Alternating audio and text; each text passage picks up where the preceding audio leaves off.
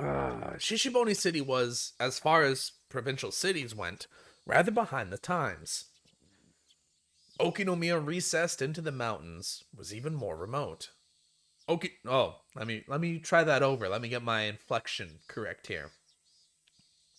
Okinomiya, recessed into the mountains, was even more remote. With little change between the seasons, all that was left was the tepid passage of time. It made for a rather drab town. There was no tourist attractions or local delicacies. Without even a strong regional industry, it was simply dull. Just looking at the monotonous and peaceful townscape, it was hard to catch a glimpse of the radical resistance of the Onigafuchi Guardians. The atmosphere of boredom didn't hint of the Okinomiya police station being on the front lines of the dam conflict, nor of the numerous incidents that I heard about at the prefectural headquarters. Good morning. Are you here to pay a fine? No, I have an appointment with Handaya-san from the Public Safety Division. Please, tell him it's Akasaka. My apologies. Please wait a minute. The clerk, who thought that I was here for a parking violation at first glance, after fumbling with the unfamiliar extension number, told the person on the line they had a visitor. Welcome. Akasaka-san, was it? It must have been tiring traveling all this way. Sorry we have to do this here. I tried to reserve a reception room, you see, but the counselor suddenly woke up and chased me out. Right now we're still Random Policeman. I think this is Random Policeman's chapter. We are Akasaka-san. I would hesitate to call where we were a conference room, as it was very small and cluttered. The cramped space was packed with lockers. I had the impression that it was more of a change room that doubled as one for smoking.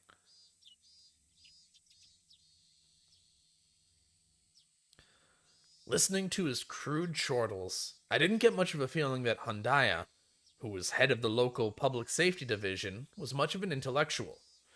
I'm not sure what this is. I'm not sure how Akasaka is going to relate to the whole situation, but I do think we're going to get a lot more insight into what Uishi knows about the whole situation. For sure. But I knew that in exchange, we had both experience and absolute confidence in his instincts. He had both experience. I apologize for interrupting you during such a busy time. I'm Akasaka from the Metropolitan Police Department. Pleased to make your acquaintance. Handaya from the Public Safety Division. Nice to meet you. I was threatened by Sankai from the prefectural gangbusters to be generous with my cooperation. Gangbusters? You mean the Prefectural Crime Prevention Division? You see, we're treating the Onigafuchi Guardians as an extension of the local Yakuza. You'd have to be a newbie if you think they're just a residential protest group. They said at the prefectural office, too, that the Onigafuchi Guardians was linked to the local mob. If I recall correctly, the adopted son of somebody influential was a lieutenant in that gang. It's the other way around, the complete opposite. The Yakuza put up the protest group as a front to justify their actions. Just think of it like that. Completely the other way around. Handaya was just about rolling with laughter. This was slightly different than the info given to me at the prefectural office, but somebody embedded locally would be more knowledgeable. While we were talking, occasionally some people who seemed to be detectives would come in and change. One of those individuals, noticing Handaya's guffaws, came up to us. I was wondering what you guys were talking about. Oh, Kura-chan! Perfect timing. Why don't you join us? This here is Inspector Akasaka. He came all the way from Tokyo Police Department. An inspector? I'm still a rookie. My name is Akasaka. Pleased to meet you. It must be nice to be so fresh-faced. Did they hire you this year? I couldn't help but think I was being ridiculed, so I only responded with a forced smile. I could tell that this new person was like Handaya, the type who had confidence in their instincts and experience. I really didn't like those types of people. Let me introduce you, Akasaka-san.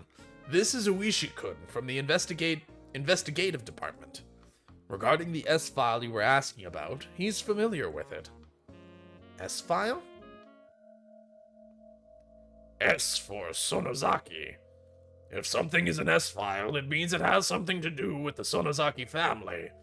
It's something of a code name. Sonozaki? Come to think of it, I remembered when I was poring over the documents at headquarters, there were quite a few people with the last name Sonozaki popping up. If I remember right, there's a Sonozaki who is one of the executives of the Onigafuchi Guardians. I'm pretty sure they're the treasurer. The two of them were surprised when I rattled off what post that Sonozaki held. After a moment, both of them erupted into laughter. Akasaka-san, was it? You're quite the studious one. Could it be you've memorized all of the central figures in the Alliance? I wouldn't say memorized exactly, but I've at least read the list of Onigafuchi Guardians executives. Then who are the president and vice president? The president is the mayor of Hanamizawa, Kiichiro Kimiyoshi. The vice president is the priest of the local shrine, Furude. The treasurer is Oryu Sonozaki, the auditor in Makino. The liaison is Yoshiroshi Kimiyoshi. Fucking God. Why is that name so fun to say? What? The liaison is Yoshiroshi Kimiyoshi. The PR head is Sadao Sonozaki. Akasaka-san, you're pretty good. The pay sucks, but you want to work here? You're just the type we're looking for. By the way, Sadao Sonozaki is head of the youth department. So close. The head of public relations is actually Tadataka Sonozaki. Feeling like I wasn't being complimented at all, I started settling into an uncomfortable mood. However, I was becoming more and more aware that I was the weakest link in this investigation, so I just had to bear with it. I didn't mean for that feeling to show up on my face, but the crafty detectives didn't let that slip by. I didn't mean to make fun of you. To make up for it, why don't I show you around the village? Somebody with no feel of the area like me, it would be a great help. I couldn't have asked for more. In the end, the Onigafuchi Guardians is nothing more than an alias Hinamizawa is using to deal with the outside world. I think getting to know the village would speed up your work. How about it? You think he flips a coin each morning? You think he's that kind of guy? The residential movement, in other words, held influence over the whole region. So the leader of the movement was the leader of that influence. Just like that, the thought processes in the region would become the overall personality of the movement. Just like Oishi had said, in order to learn what they were really like, this regional force behind the dam protests, getting to know the village was the quickest way. If you would! Nodding back without skipping a beat, Uishi laughed in satisfaction and stood up.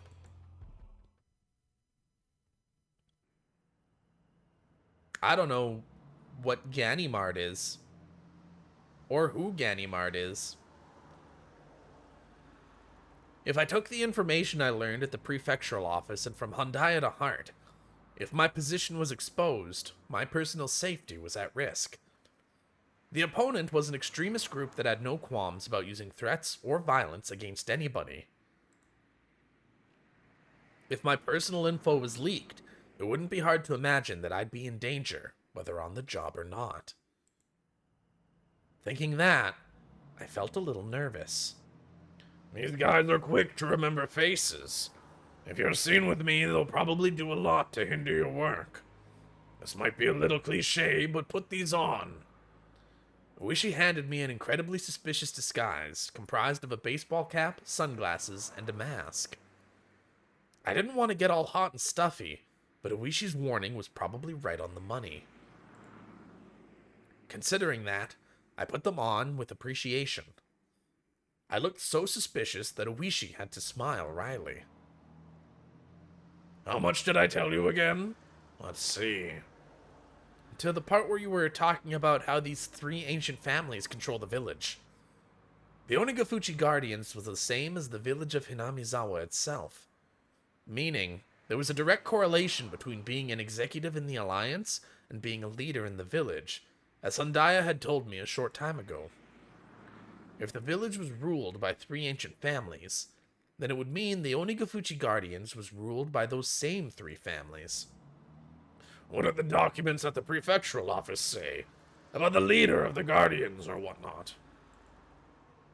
The documents I was using were classified. If I responded to Oishi's question, it'd be a breach of security. However, most likely, this man, I judged, was more well versed in the situation than any of the documents at the prefectural police department, so I decided to answer him. That the president of the Alliance is the current mayor of the village, Kiichiro Kimiyoshi. Oishi, upon hearing that, let out a small chuckle. For him to ask like that, and to laugh at the answer as it was recorded in the documents, meant that wasn't the case in reality. So then, that means there's somebody else other than Kimiyoshi behind the scenes. Contrary to what the prefectural office thinks, or rather, what is commonly known. Old man Kimiyoshi is nothing more than a figurehead. In the first place, the post of the mayor in that village is nothing more than ceremonial.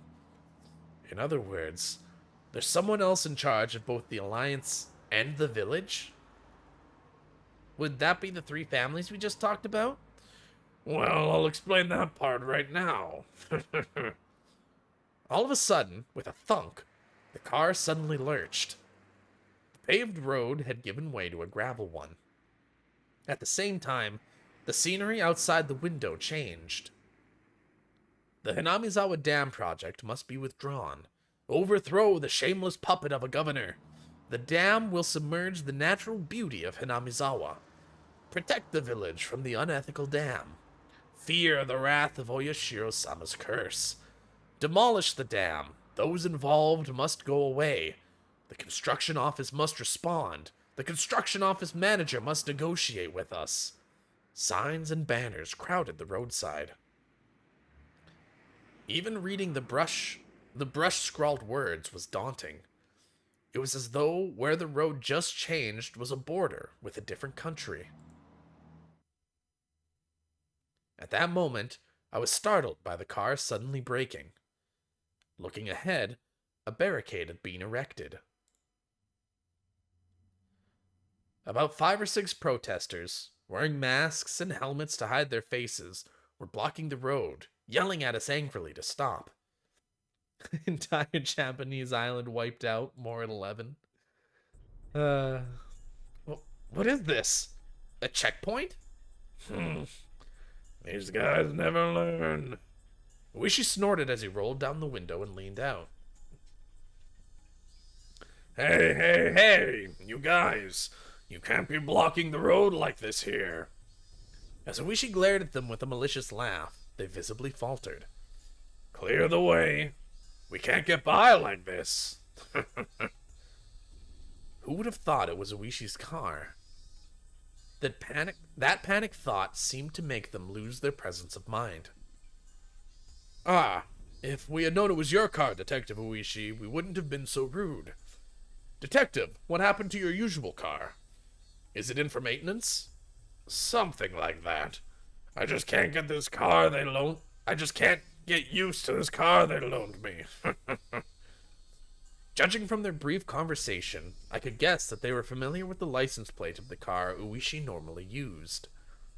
In other words, if they knew the car belonged to the police, they would have hidden the barricade. What they were doing was obviously obstruction of traffic. A blatant crime. Who's that suspicious guy? You! Could you show us your face? The man glared at me menacingly. Wearing a mask and sunglasses made me look particularly dubious. Would not showing my face get me into some unnecessary trouble? I turned to Oishi to see what I should do. Give him a break. He's still a shy little rookie. We just wanted to make sure he wasn't anybody suspicious. Hanamizawa has been in a bit of a stir as of late. Have you looked at yourself in the mirror? That mask you're wearing is way more suspicious. The men and Oishi continued to talk like that, feigning smiles at one another. However, from the beginning to the end, I couldn't get over the feeling I was sitting on a powder keg. Has the number of trucks illegally dumping still not decreased? It's a real hassle dealing with it all the time. If the police could understand and cooperate, it would really help. During that conversation, the barricade was moved, leaving a gap wide enough for a single car to get through. Uishi lightly honked the horn once and began to roll the car forward. I could see the men's antagonistic glares at the back of the car in the rearview mirror. What was that just now? Blocking a public road like that? Of course it's a crime. Still, if you get worked up over that, it'll never end. Those guys, see, claim there's an infestation of trucks illegally dumping in the village. Their story goes that in order to stop that, they're halting suspicious vehicles for inspection. Illegal dumping? Like corrupt contractors just tossing industrial waste away? Their line of argument is that if the police aren't going to do anything about it, they'll take matters into their own hands. Well, the industrial waste is just something they're doing by themselves anyways. By themselves? They have a pretty good strategy. You see, in order to hinder construction, they've spread industrial waste all over by the dam site. Then, blaming it on corrupt contractors, they start instituting these inspections. There, they stop every construction vehicle coming through and interfere with them as much as possible. So then, it's one of the methods the Onigafuchi Guardians is using. With that inspection just now, this car's license plate has probably been recorded. It shouldn't get stopped from here on out. Those guys know very well not to get me angry. See, rumor is, if they figure our car is related to the construction in some way, not only would there be checkpoints stopping it at every turn, but they'd be throwing rocks and planting road spikes as well. It's best you be careful so you're not identified. If they find out you're from public safety, who knows what you'll suffer through. Uishi was acting like we were talking about something fun, but for me, it was no laughing matter. It almost feels like we've wandered into a civil war in the Middle East. That's a good way of putting it. It's pretty much just what you said. Uishi turned to me with a grin and menacing laugh. You see, this here's a war zone. No, shush! You shush, Guy Pie. The game's allowed to use that language. We're not. We're just normal civilians. We can't be saying that kind of stuff. They even just said Middle East. The car slowed down a bit as it went down a narrow road through some farmland. You see that house in that forest over there? That antiquated one. Looking at where Oishi was pointing, there certainly was an old, traditionally designed house. That belongs to the mayor, Old Man Kimiyoshi. You could say it belongs to the main Kimiyoshi house as well. There's a lot of branches, but they'd be one of the 3 families. The 3 families? The ancient families that control Hinamizawa? That's right. And one of the others is the Furude family. Their house doesn't even have a single branch, as all that's left is the head priest's family. Right over there, there's the shrine. He's the priest there. By the way, the Guardian's office is on the grounds of that shrine. The office of the Onigafuchi Guardians. If these guys were the enemy, that would make the shrine their stronghold. Can we go look over there? The shrine is the Furude family's private property, you see. Being police, we can't set foot there without a warrant. See, they've got a member of the Diet with ties to the village backing them up. Basically, being the police has its strengths and weaknesses. Well, even when we talk about the three families, that's something from a long time ago. Way back then, those three families used to hold councils to decide things about the village. Meaning, it's different now? You've got a pretty good nose. That's what I expect from an academic. The car braked to a halt with a squeal. Ahead of where we were stopped were several signs. Private property beyond. No trespassing. Beware of poisonous snakes. Danger, turn back. Intruders will be charged an entry fee of 1 million yen. Signs were erected there with things like that written on them. The road was separated from the forest by a chain link fence wrapped in barbed wire. Since this is private property, this is as far as we go. There's several surveillance cameras set up further in. Saying that we just got lost won't work with these guys. They're beyond here, right? The people currently controlling Hinamizawa and the Onigafuchi Guardians were neither the Kimiyoshi family nor the Furude family, but the last of the three. Yeah, beyond here is one of the three families, the Sonozaki family. They're the ones controlling Hinamizawa from the shadows. Among the list of executives recorded in the documents, the number of people with last names from the three families was quite high. Of course, Sonozaki was no exception. However, at the top was the Kimiyoshi family. If the Kimiyoshi family seemed to be in charge, the rulers behind the scenes were the Sonozaki family. This double-layered structure implicitly told me that this village had both a light and a dark side.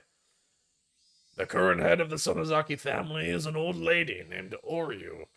She has enough clout that you could call her Empress Sonozaki. Be careful, she's no small fry. She's enough of a VIP that even the mayor of the city has to bow before her. Well, in Hanamizawa and the surrounding area, their relatives amount to a block of several thousand votes. No politician could show disrespect for that. In other words, that would make her the actual leader of the Onigafuchi Guardians, right? You've got it. With those words, Uishi pulled out a well-worn cigarette box. The suspected kidnapping of the minister's grandchild and subsequent threats. Were these part of the hidden plot by the Onigafuchi Guardians in order to have the Hanamizawa Dam Project cancelled? You came all the way from Tokyo to investigate this, didn't you? Huh? Yeah, that's right. Something the matter? Ah, then, is it related to that direct appeal incident with Minister Inokai? If that's the case, then public safety has them marked on a watch list? Something like that? Having you guess that so quickly makes this easy. While exhaling out cigarette smoke, Uishi smiled broadly, like I'd just pulled a good one on him. Or so I thought. His smile disappeared suddenly. That's a lie, isn't it? Huh? I mean, the direct appeal, putting them on a watch list. That's a lie, isn't it? Uishi knew there was no way that Tokyo HQ would dispatch an investigator over something as minor as a direct appeal. If they were to dispatch someone, it had to be for a more dire reason. He had figured out as much. I thought of myself as the type of person who doesn't let things show on their face. In front of his watchful gaze, however, I felt that what I was thinking was completely laid bare. Uishi silently lit another cigarette, as if waiting for me to interject during this awkward pause. I see. So this was a veteran detective's way of getting someone to spill information. But, as long as I realized this, there would be nothing more. If I didn't open my mouth, I wouldn't have to lose anything.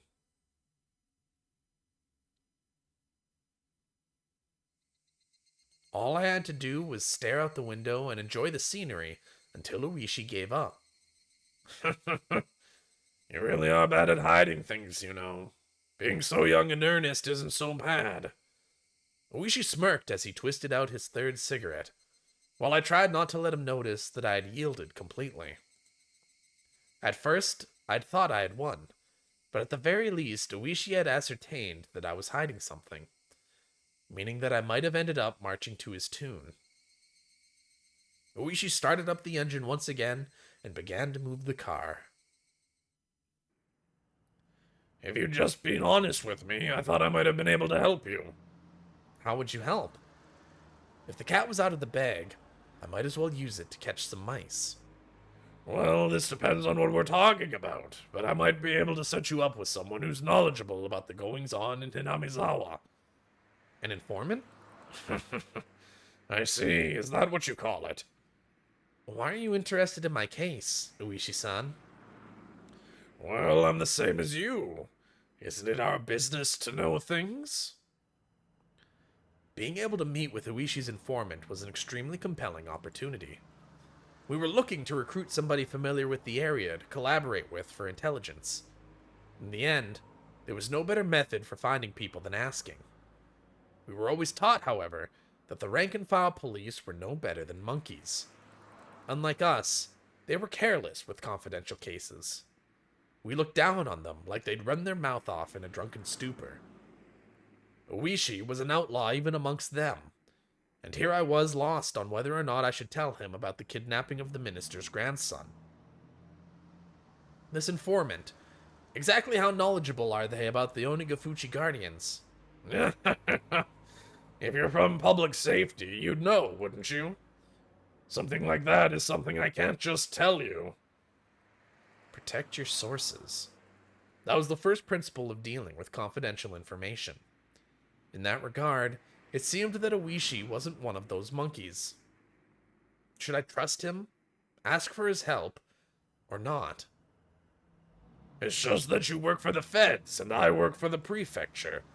I don't think that our jobs are that different. I think I can be of help. However, I had trouble believing that this crafty old man would simply help me just like he claimed. Now, how should I go about this? I find it hard to believe that someone of your standing would help me out without strings attached. Well, it's not like I'm completely without an ulterior motive. As I recall, you guys have space in your budget allocated to pay informants, right? Something you don't need to submit a receipt for. Just a little bit of that would be the cost of meeting with the informant. In other words, give the compensation earmarked for the informant to you first? Well, it helps that the details of this deal are so clear-cut. He was certainly something else for being able to brazenly state his ulterior motive like this. Rather than him doing this out of the kindness of his heart, everything was a lot clearer if he was being compensated for this deal. I felt that he was the type of man who was good at these backroom dealings. Don't misunderstand me, please. It's not me who needs the money. It's the informant, okay? Well, in regards to the payment, I'll be handling the money. When do you want it? Right now would be good. If you don't have it on you, tomorrow works as well. I pulled out a wallet that was different from my personal one. The price was pretty much fixed depending on what kind of information I was paying for. In this case, the payment was up front. Also, considering the fact I didn't know what kind of info I would get, I shouldn't pay too much. When I suggested that, Uishi suddenly stretched out his hand and tightly grasped the contents of the wallet. At times like this, it's best you not be so stingy. It's alright, it's alright. It won't go to waste. I understand. I won't be stingy. And? What kind of information are you looking for? Depending on what you want, how we approach this will probably change. You swear you won't spread this information to anybody else, Uishi-san? I can't swear as much. I'm the same as you. I can't withhold information obtained during the course of my duties. I got it, I swear. Nothing here gets said anywhere else. On top of that, thanks to you, I can pay back what I owe from my mahjong debts. In any case, I won't break a promise that involves money. I was still unsure if I should trust him until the very last moment. But in the end, I broke down. Uishi was the type of guy I could trust 100%, but there was no mistaking he had access to underground information networks. Uishi wasn't the type of guy I could trust 100%. In order to accomplish my mission swiftly, I needed his cooperation. I set my resolve.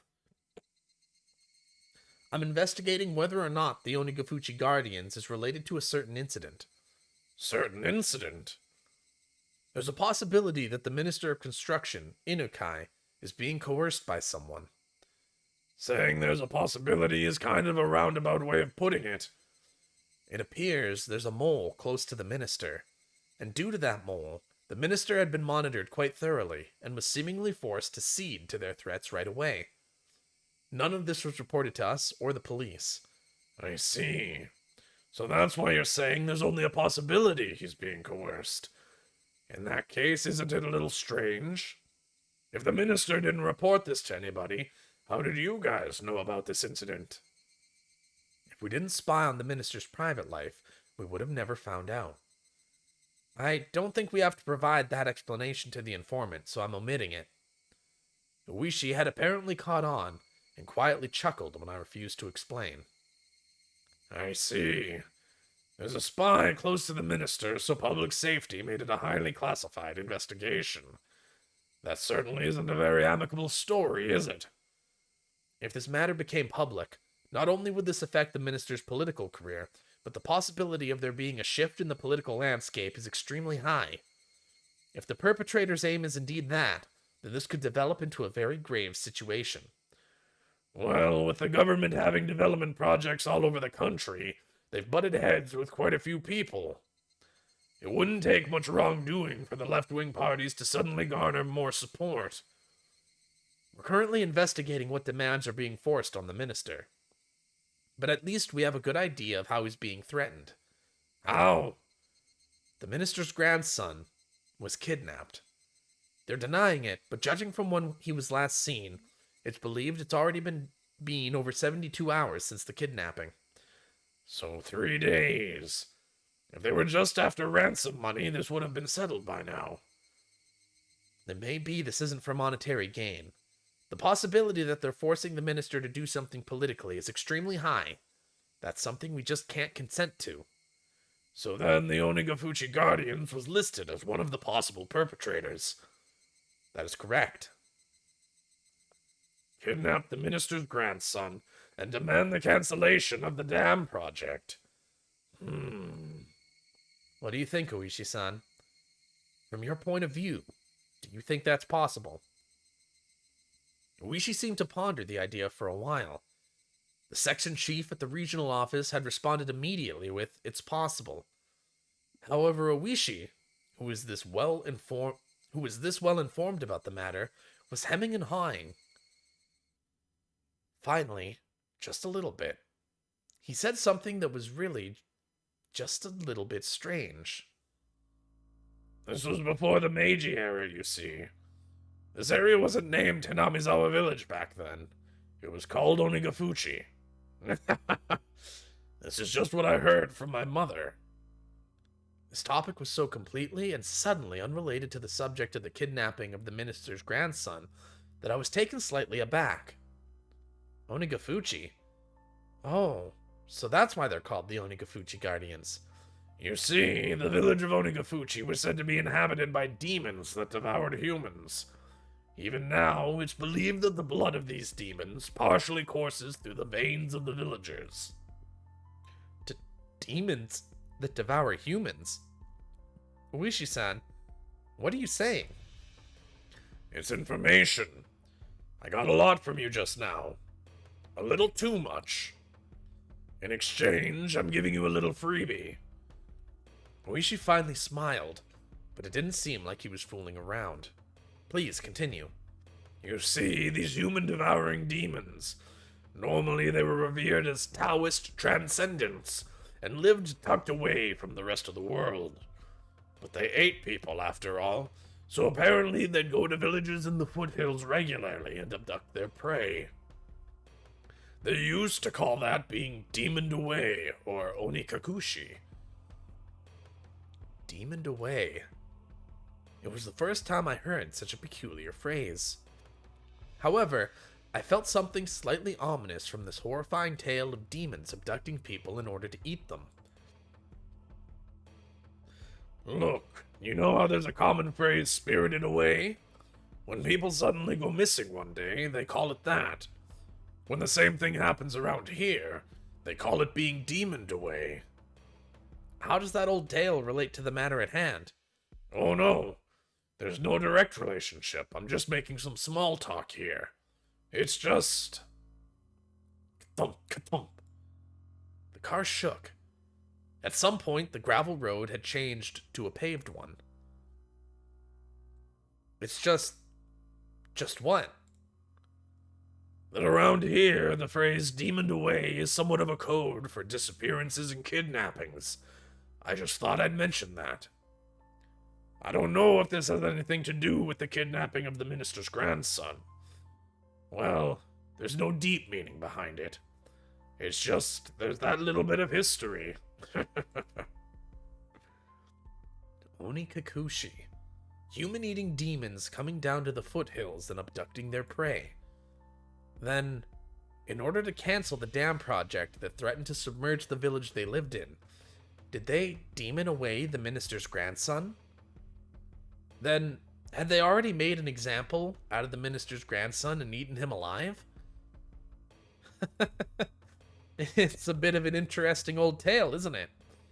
If you set foot in the demon's village without reason, you'll probably be captured and eaten alive. So don't go near Onigafuchi. Kids these days might not believe such superstitions, but amongst the older folk in Okinomiya born in the Meiji era, many would never question these warnings. Akasaka kills Satan. Yeah, that does seem like what this is building to. Hanamizawa village was feared by the people in the area. I recalled that piece of information I heard from the Prefectural Public Safety Division. In any case, we're in the boonies out here. It's kind of expected that there'd be some superstitions around. Somebody from Tokyo like you, Akasaka-san, probably couldn't even begin to imagine it, could you? The man-eating demons, as the price for violating the sanctity of their village, kidnapped the minister's grandson and swallowed him whole. That ludicrous idea flew through my head. It was so absurd, I was half disgusted with myself. Uishi was just teasing me. Stupid. It was all really so stupid. Come to think of it, by then, I may have already been seized by the curse of that dubious village. For me to realize that would take a little more time. Oh, right. Akasaka is currently reliving this story, getting prepared for a meeting with Uishi in the modern day. He's sitting in like an airport or something right now. The Doom Guy origin story. That's a lot of tips. That's the Curse of Hinamizawa. That's the whole thing of one person dying and one person being demoned away. This is a big thing. It's happened in every chapter. Oh, really? It's tough when it's such a sudden assignment. Please be careful. Where are you headed? You're already there. Whenever I headed out on assignment, she would ask where. Not just Yuki, but anybody would have asked the same question. If it was a cold place, she would urge me to pack a thick jacket. If it was far, she'd warn me to be careful on the drive over.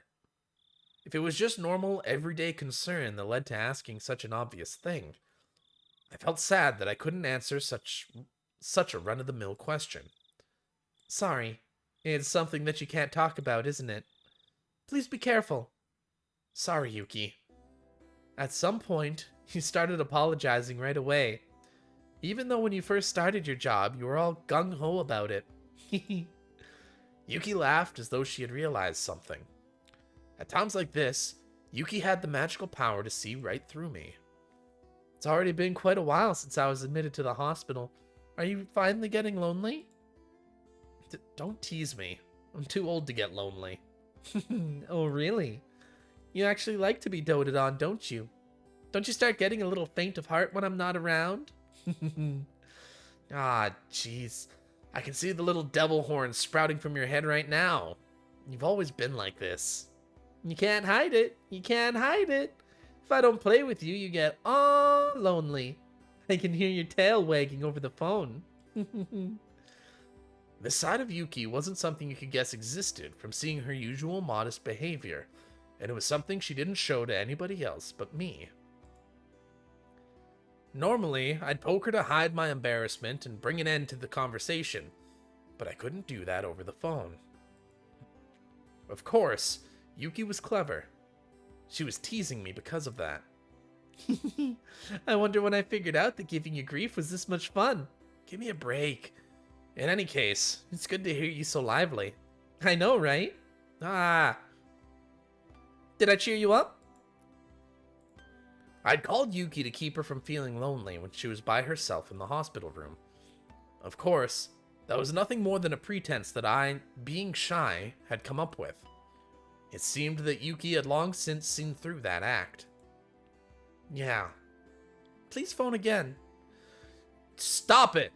Stop doing this weird stutter thing. Please phone again. When I'm not feeling up to it, I'll get my father to talk to you. Although, if you're talking with my father, I get the feeling that you'd be standing at attention on the other side of the line.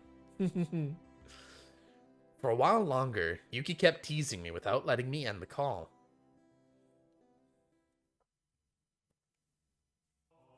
Well, that was just wildly wholesome.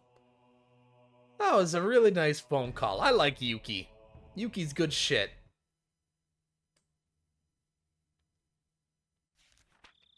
Chairman XX, members of the XX Party, congratulations are due as we are celebrating 25 years since our founding. These past 25 years have seen much growth in XX Prefecture. The once quiet scenery of nothing but fields now has seen the opening of a new stop for the bullet train. And with the development of the highway, we've seen the rebirth of a modern city bursting with youthful energy. Oh, Yuki is 100% dying. 100%. We've reaped the benefits of new businesses and industry. And with the special reverence the residents of XX Prefecture have for time-honored traditions, history and culture, business and industry. With these ideals in harmony, they have accomplished in growing their city into one of Japan's foremost metropolises. Of course, the development of XX Prefecture couldn't have happened without the growth of the XX Party. We are resolved to see every one of our campaign promises to fruition, reaching our targets definitively and expediently like arrows fired from a bow. With these arrows as the fundamental basis of the XX Party, our members have sought to pierce the obstructions preventing the happiness of the residents of XX Prefecture. But I do believe that everybody here is unlike an ordinary arrow.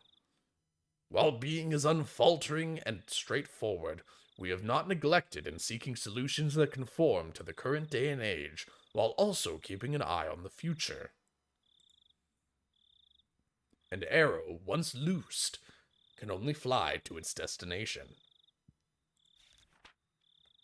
Everyone here, however, is no simple arrow.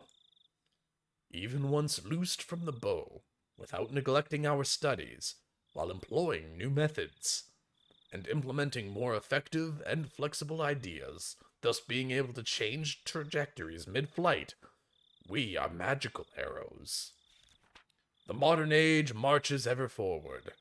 Sometimes it marches faster than the time taken from planning to execution. The following part was not in the script. It is thought to have been ad-libbed by the minister.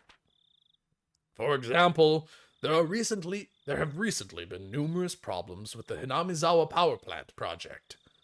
Rather than forcing through the project solely because it was decided upon by the government, it is necessary to reflect on and adjust to the ever-changing needs of the residents, the region, and the next generation.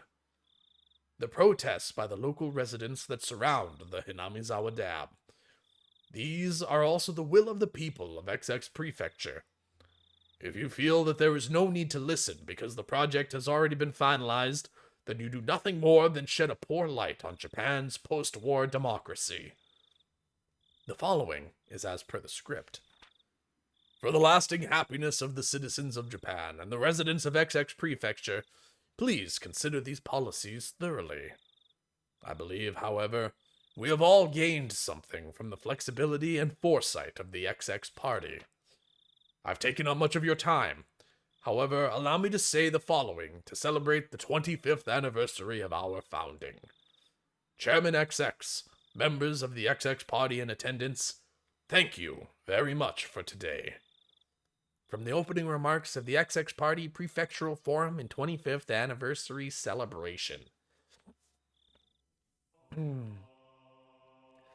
Okay.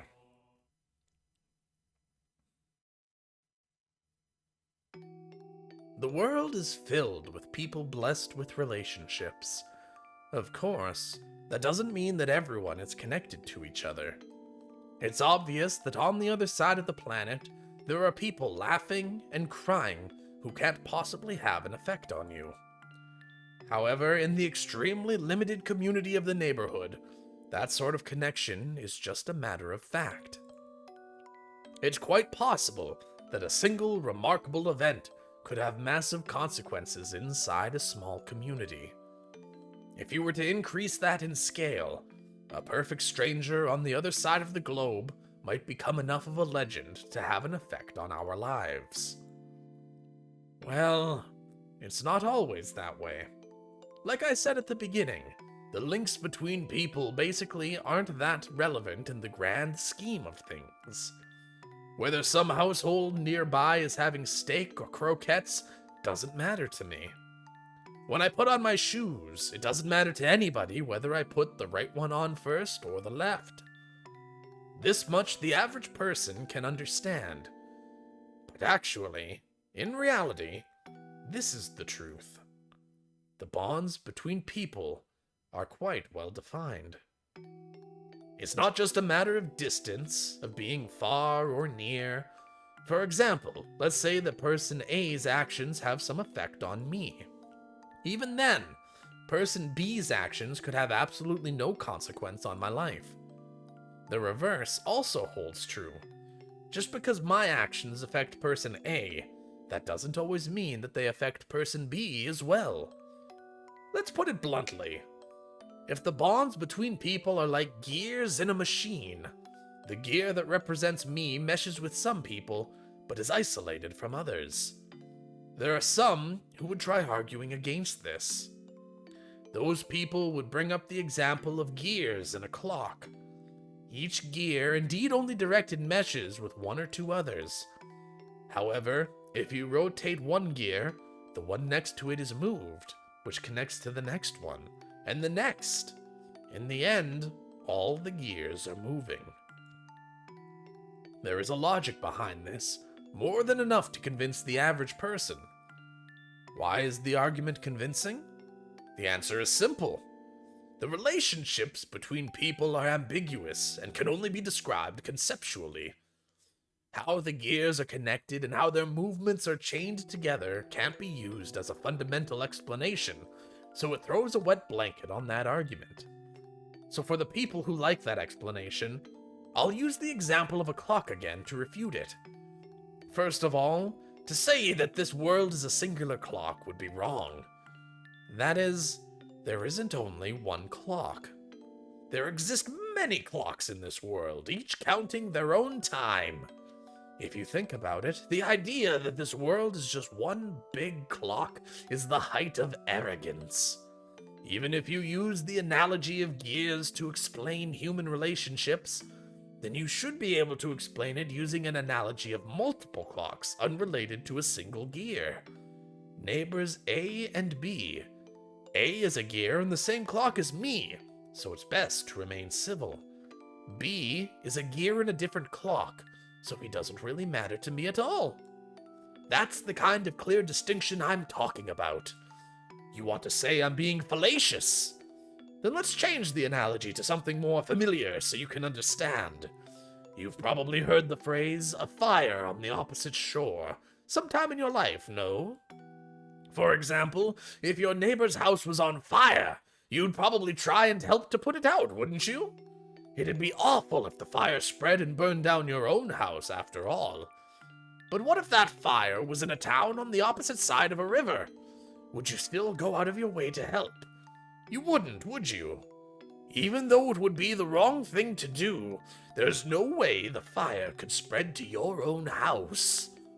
Even if it turned into a huge conflagration, there's no relation between the houses that will spread fire to yours and those that won't. With this basic example, you should be able to see the difference between gears that are or aren't related to your own. Having said that, there's still a lot to think about, even without a river to divide it. After all, it's not a spatial problem like being on the other side of the river, is it? Oh, I wanted to keep going. I was enjoying that flow. I was falling into the groove. I was having fun. The chick in the trunk.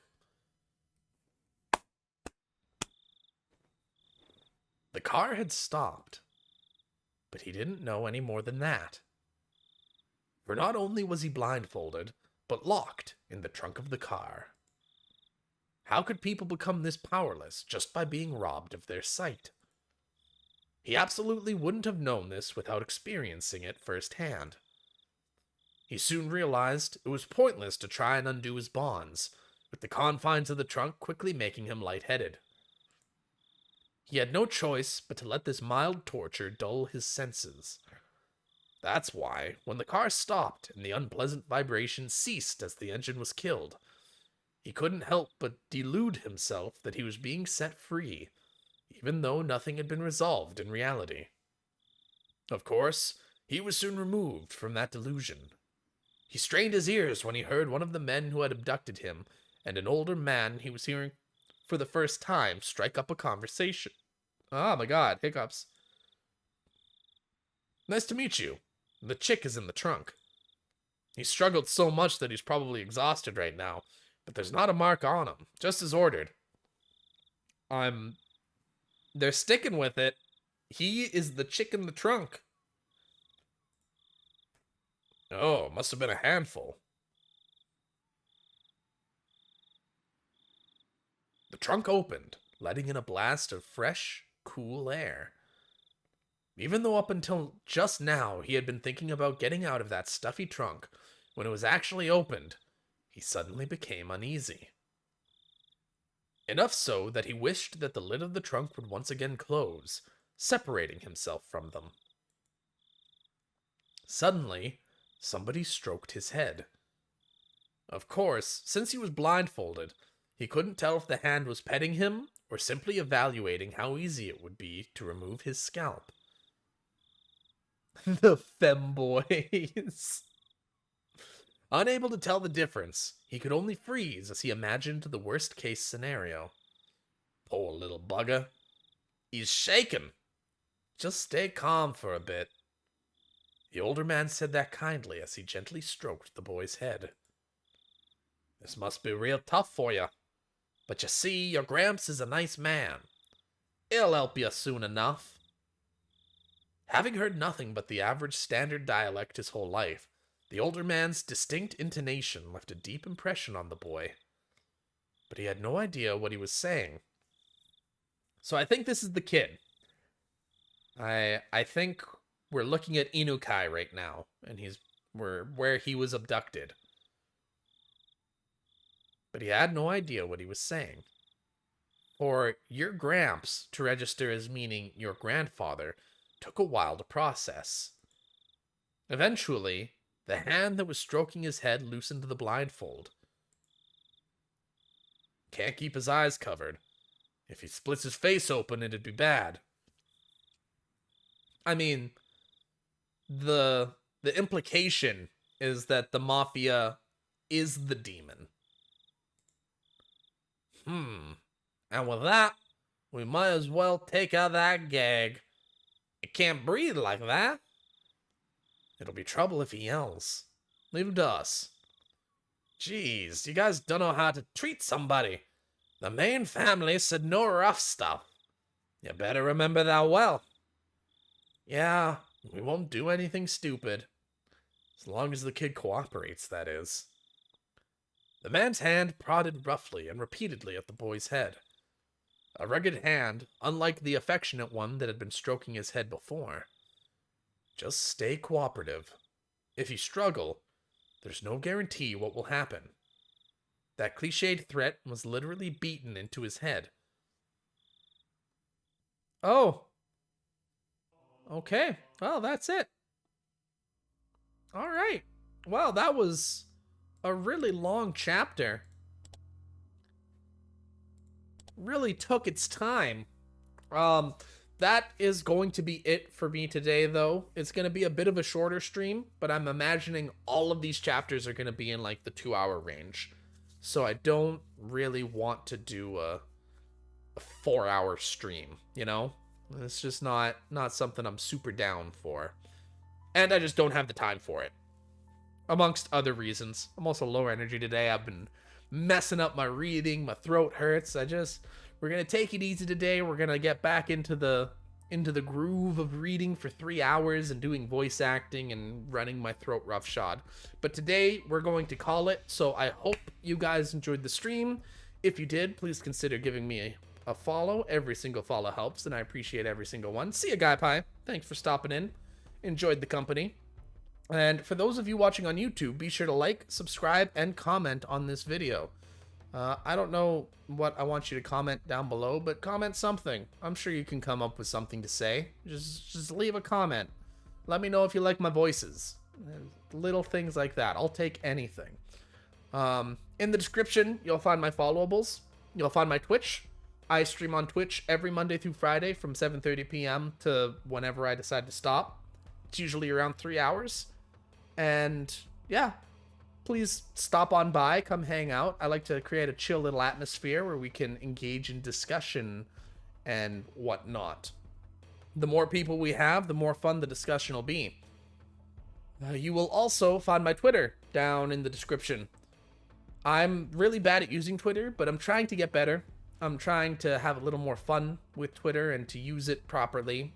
So go follow me there, and maybe we'll have a good time. I don't know. As this weird round circle that I haven't gotten into yet, where I want to have people following me so that I'm talking to people when I post on Twitter, but nobody's following me, so I have nothing to talk about, so nobody's following me because there's nothing to attract them to my Twitter, and it's a weird cycle that I'm trying to break out of. So please just go follow me on Twitter.